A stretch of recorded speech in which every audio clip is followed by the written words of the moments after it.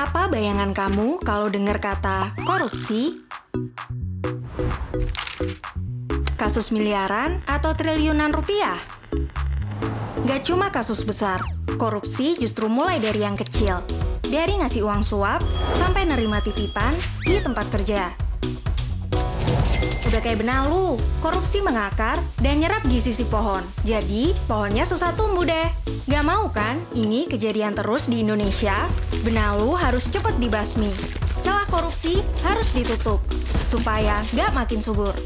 Buat mencegah, pertama kita harus tahu dulu dong penyebab dan gimana cara cegahnya. Ini nih alasan kenapa ada survei penilaian integritas atau SPI.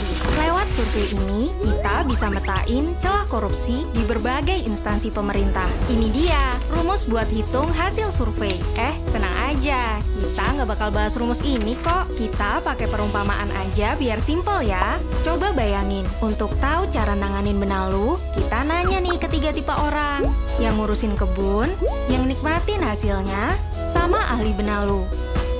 Pengurus kebun tahu apa yang terjadi di kebun, kayak pegawai Pemda yang tahu kondisi di instansinya. Kalau penikmat buah, bisa nilai kualitas dari buah yang dinikmati, kayak orang yang pernah ngurus perizinan atau pakai layanan publik. Terakhir, ahli benalu yang paham banget soal pohon dan benalu, kayak auditor yang biasa meriksa laporan keuangan.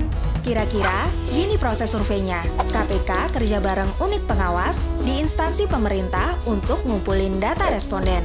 Terus, KPK pilih responden secara random dan anonim dari 3 kategori yang disebut tadi. Responden ini akan dikasih link untuk isi survei. Hasilnya, keluar deh rekomendasi KPK.